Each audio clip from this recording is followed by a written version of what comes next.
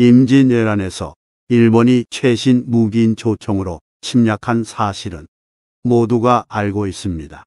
그런데 조총이 조선의 은 추출법에서 시작됐다는 사실은 잘 알려지지 않았습니다.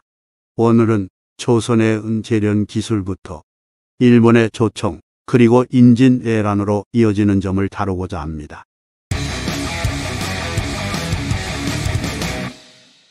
당시 조선의 은 추출법은 세계 최고였습니다.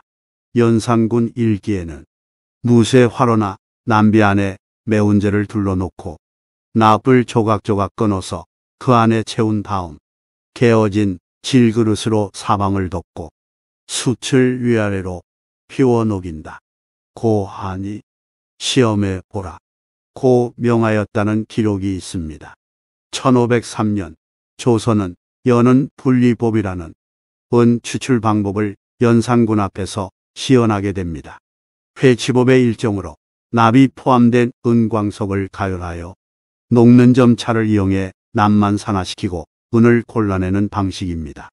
이 조선의 회치법은 당시 기준으로 굉장히 획기적인 기술이었으며 함경남도 단천의 은이 함유된 납광석을 이용했다고 하여 단천은연법이라 불렸다고 합니다. 연산군은 은을 생산하도록 적극적으로 권장했으나 추후 연산군의 폭정으로 인해 일어난 중종 반정의 영향으로 일본의 회치법이 넘어가게 됩니다.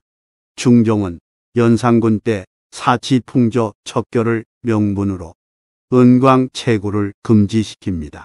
하지만 아무리 금지한다고 하여도 기술은 이미 존재하고 수요도 있었기에 이를 막을 순 없었습니다. 단지 조선에서만 하지 않으면 될 뿐이었습니다.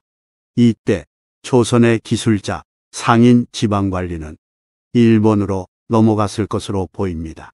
기록에는 규슈 지역에 조선에서 건너온 경수와 종단이라는 두 기술자를 초청하여 여는 분리법을 전수받았다고 전해집니다. 이를 계기로 일본 각지의 은광이 개발하게 됩니다. 우리 일상에서 무대포라는 말을 사용하는데요. 총도 없이 전쟁터에 나가는 어리석은 행위라는 의미로 조총에서 유래한 말인 걸 아시나요? 당시 일본이 구입한 조총은 전혀 싸지 않습니다. 약 200명 군인들 1년 연봉이었습니다. 굉장한 투자죠. 유럽이 세계 각지를 개척하던 대항해 시대에서 은은 중요한 화폐였습니다. 당시 일본의 은 수출량은 연간 20만 킬로그램으로 세계 2위였다고 하니 유럽 입장에서 일본은 엄청난 무역 대상이었습니다. 1543년 일본의 포르투갈 상선 하나가 표류하다 우연히 정박합니다. 그 상선에 있던 화승총에 큰 관심을 보이던 다이묘는 총 2자루를 2,000냥을 주고 구입합니다. 당시 병사 1명의 1년치 복록이 10냥이었다고 하니 총 2자루에 병사 200명치 복록을 쓴 셈입니다. 조총의 가치를 알아본 다이묘의 해안도 대단하지만 은이 다량으로 생산되니 지불할 수 있던 당시 일본의 환경이 이를 가능하게 했습니다. 단순히 구매로 끝나지 않았습니다. 이를 분해하여 원리를 분석하고 또 대장간에서 섬세하게 제작할 수 있는 제작 기술이 있었습니다. 이 모든 것들이 모두 맞아 들어간 결정체가 일본의 대포입니다. 하지만 철포는 단점이 명확한 무기였습니다. 파괴력은 높지만 재장전이 힘들었습니다. 당시 철포는 성능이 좋지 않았습니다. 지금의 소총을 생각하면 안 됩니다. 외부에 노출된 심지에 불을 붙이기에 심지가 젖어 있거나 비라도 내리면 총을 쓸 수 없습니다. 또 지금처럼 탄피와 탄두 같은 총알이 아닌 정말 쇠구슬을 화약과 함께 입구로 찔러 넣어야 하는 방식이라 1분당 3발 정도 쏠 수 있었다고 합니다.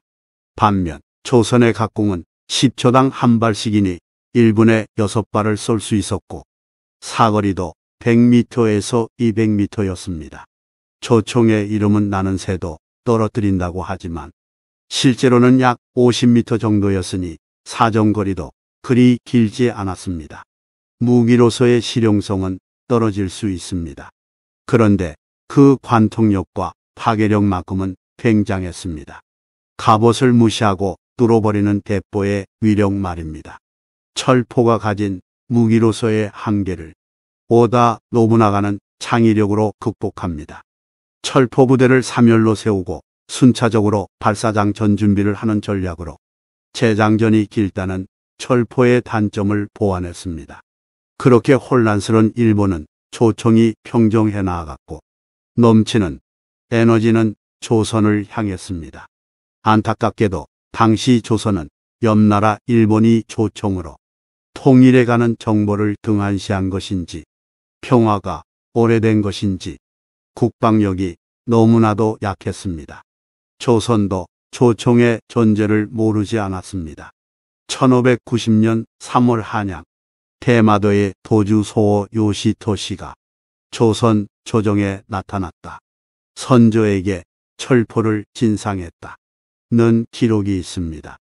참고로 대마도는 조선과 일본 사이에 중개무역을 하는 곳이라 조선과 일본이 서로 전쟁을 하지 않는 것이 가장 큰 이득인 나라입니다. 대마도 다이묘 입장에서는 임진왜란을 가장 싫어할 입장이죠. 조선에 조총을 진상한 것은 아마도 조선이 조총으로 무장하여 전쟁이 일어나지 않기를 바랬던 것은 아닐까 추측해 봅니다. 마치며 소양 기웨이 신 카이로스는 앞머리만 있고 뒷머리는 대머리라 합니다. 그래서 앞에서는 다가왔을 때 붙잡을 수 있지만 지나가면 붙잡을 수 없다고 합니다. 조선에 철포가 먼저 왔어도 소양의 전쟁 물자를 먼저 접했어도 역사가 달라졌을까요? 그럼에도 합리화되지 않는 부분은 놓치지 말아야겠습니다. 조선은 주변 국가의 정세에 눈과 귀를 닫았고 일본이 부강해질 때도 무시했고 중국이 서양에 패할 때도 외면했기에 망국의 길로 접어들었다는 점입니다. 잊지 말아야 할 부분입니다.